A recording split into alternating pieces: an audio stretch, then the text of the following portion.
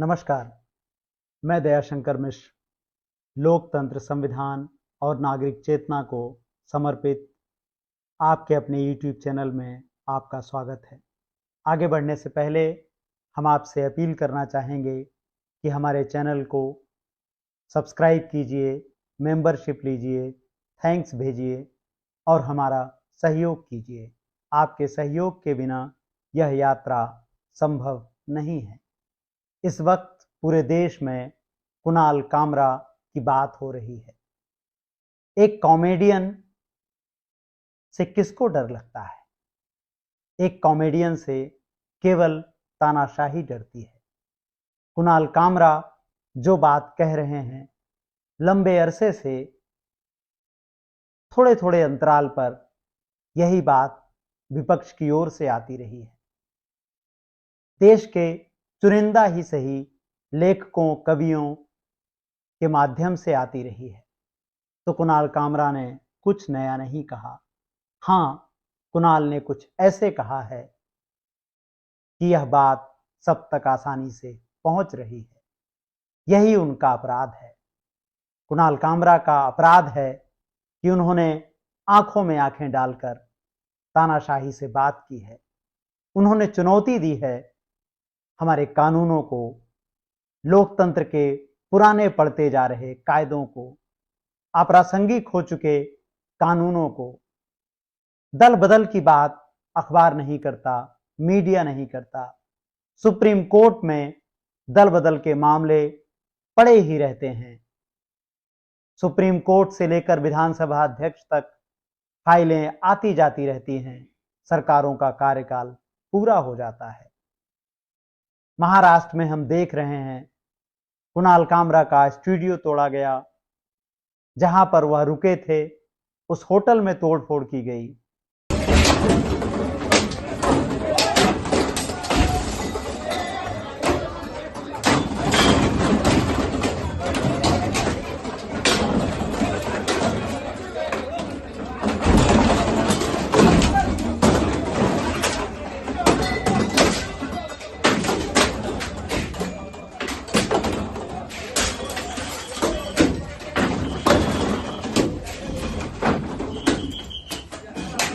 उन सब की क्या सजा है?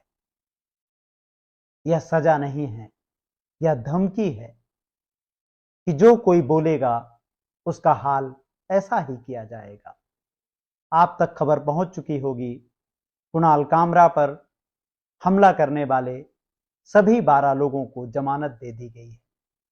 अब आप यह मत कहिएगा कि उमर खालिद को जमानत क्यों नहीं मिल रही। आप यह मत कहिएगा कि उमर खालिद की जमानत याचिका पर सुनवाई के लिए 4.5 साल से ऊपर हो गए। सुप्रीम कोर्ट को वक्त नहीं मिलता, हाई कोर्ट को वक्त नहीं मिलता। यहां से वहां न्याय की आस में एक स्कॉलर चक्कर काटता रहता है, जेल की सलाखों के पीछे है।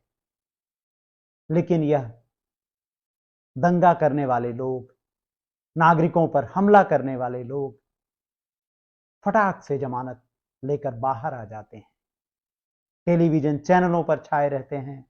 थोड़े दिन में इनको टिकट मिल जाता है, टिकट लेकर मैदान में उतर जाते हैं। आप तक जोशीली बातें करते हैं। आपको भी लगता है यही दुनिया बदलने वाले हैं, और आप इनको चुनकर अपना नेता मानकर देश की सबसे बड़ी संस्था में भेज देते हैं।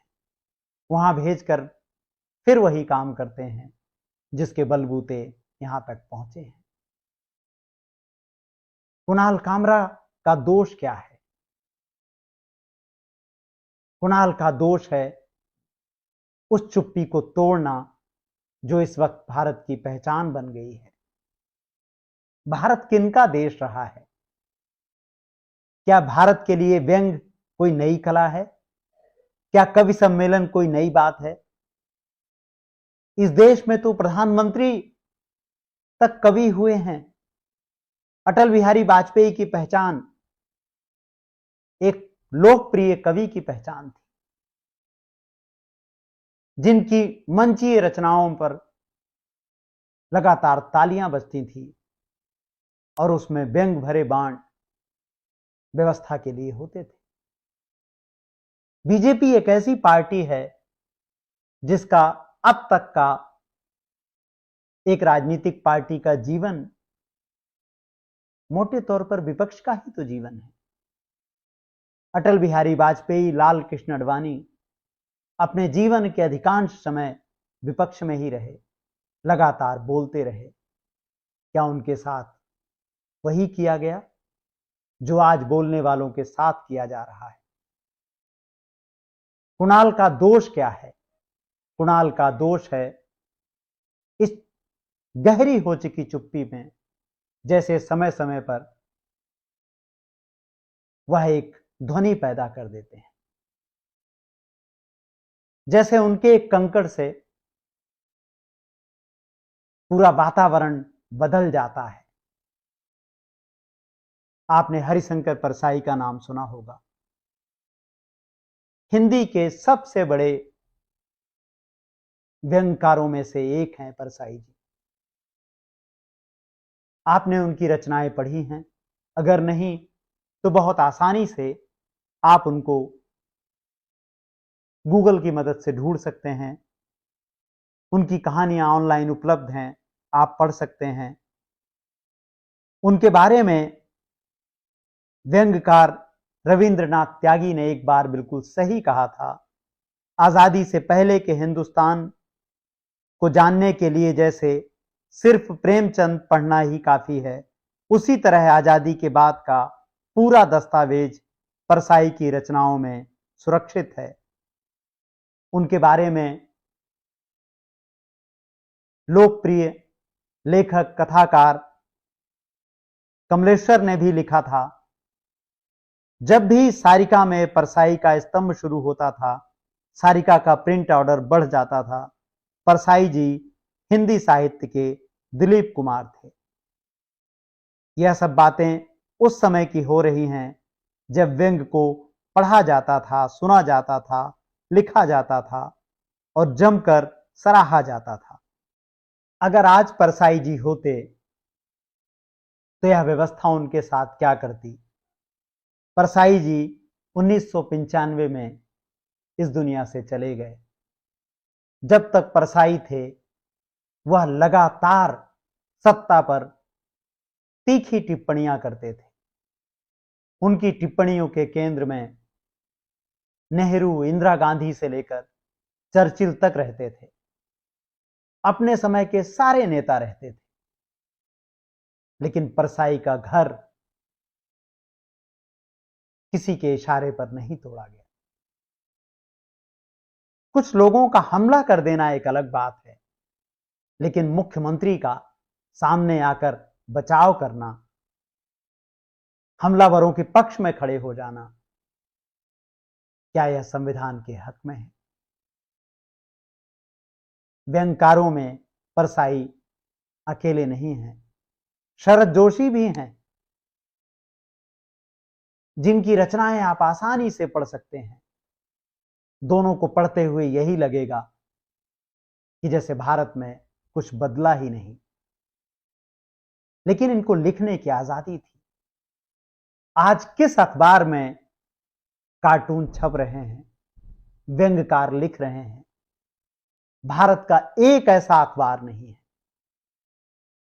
हिंदी और अंग्रेजी के अखबारों में कोई ऐसा अखबार नहीं है जहां व्यंग्य लिखा जा रहा हो, जहां कार्टून छपता हो। सब के सब जैसे चुप्पियों के शोक में गुम हो गए हैं। इसीलिए कुणाल कामरा की हंसी सत्ता को डरा देती है। नागार्जुन की कविताएं सुनिए, उनकी इंदू जी कविता सीधे इंदिरा गांधी पर हमला करती है, लेकिन नागार्जुन के सम्मान में कोई कमी नहीं आई। सत्ता ने कभी उन पर इस तरह से हमला नहीं किया। दुष्यंत कुमार तो सरकारी विभाग में थे, सरकारी नौकरी में थे। उनका किसी ने घर नहीं तोड़ा, उनकी किसी ने नौकरी नहीं छीनी। जब जब प्रतिरोध की कोई बात आती है, आज तक हम दुष्यंत से प्रेरणा लेते हैं, लेकिन दुष्यंत के घर के पीछे, घर के सामने बुलडोजर नहीं गरजे। राहत इंदौरी साहब के शेर इस वक्त भी खूब सुने जा रहे हैं, क्योंकि इन सब के वक्त तो वीडियो नहीं थे, लेकिन राहत इंदौरी साहब के वक्त तो वीडियो थे। उनका इमरजेंसी का किस्सा इस समय खूब सुना जा रहा है, जिसमें वह बता रहे हैं कि इमरजेंसी के वक्त उन्होंने कह दिया था कि सरकार चोर है। आप सोच कर देखिए कि जिस इमरजेंसी को लेकर इतनी आलोचना की जाती है, उस इमरजेंसी में एक शायर कह रहा है कि सरकार चोर है, लेकिन उसके घर पर कोई हमला नहीं हो रहा, क्योंकि शायर का काम, कवि का काम कहना है, समाज को जगाना है, उन सवालों को सामने लेकर आना है जिन पर सब तरफ से चुप्पी है। तो परसाई से लेकर राहत इंदौरी तक, दिनकर से लेकर महादेवी वर्मा तक सब बोल रहे थे, सब लिख रहे थे। किसी का घर नहीं उजाड़ा जा रहा था, किसी का मंच नहीं तोड़ा जा रहा था। हमने देखा है 10 साल में, जब मनमोहन सिंह प्रधानमंत्री थे, मीडिया और बीजेपी ने जमकर मजाक उड़ाया। मीडिया में इतने मीम उनको लेकर छपते थे, दिखाए जाते थे, टिप्पणियां होती थी। किसी भी स्टूडियो में जाकर तोड़फोड़ नहीं की गई। नोएडा की जो कंटेंट फैक्ट्री है आज, जो नफरत की फैक्ट्री में बदल चुकी है, उस किसी मीडिया के दफ्तर में तोड़फोड़ नहीं की गई, उसे तोड़ा नहीं गया, उसे रोका नहीं गया। मनमोहन सिंह पर मीम बनते रहे, वह अपना काम करते रहे। आज किसी चैनल में प्रधानमंत्री नरेंद्र मोदी का मीम बनाने की हिम्मत है, उन पर हंसने की हिम्मत है। हमारी हंसी गायब नहीं हो रही, हमारी चैतन्यता गायब हो रही है, हमारे विचार गायब हो रहे हैं। इसलिए कुणाल कामरा का होना जरूरी है। चुप्पियों के इस वक्त में एक कॉमेडियन ही सही, लेकिन उसके सहारे कुछ ही दिन के लिए औरंगजेब की नफरत तो पीछे छूट गई, औरंगजेब का मुद्दा पीछे छूट गया। औरंगजेब, इतिहास, इन सब की खुदाई से कुछ नहीं मिलेगा। सत्ता तो जानती है कि वह यह सब क्यों कर रही है, लेकिन आप जो हिंदू मुस्लिम की भट्टी में रात दिन जल रहे हैं, क्या आप नहीं समझ पा रहे हैं कि यह सब क्यों रचा जा रहा है? लोकतंत्र, संविधान और नागरिक चेतना के इस एपिसोड में बस इतना ही। हमारी पहल का समर्थन कीजिए, आर्थिक रूप से सहयोग कीजिए। नमस्कार।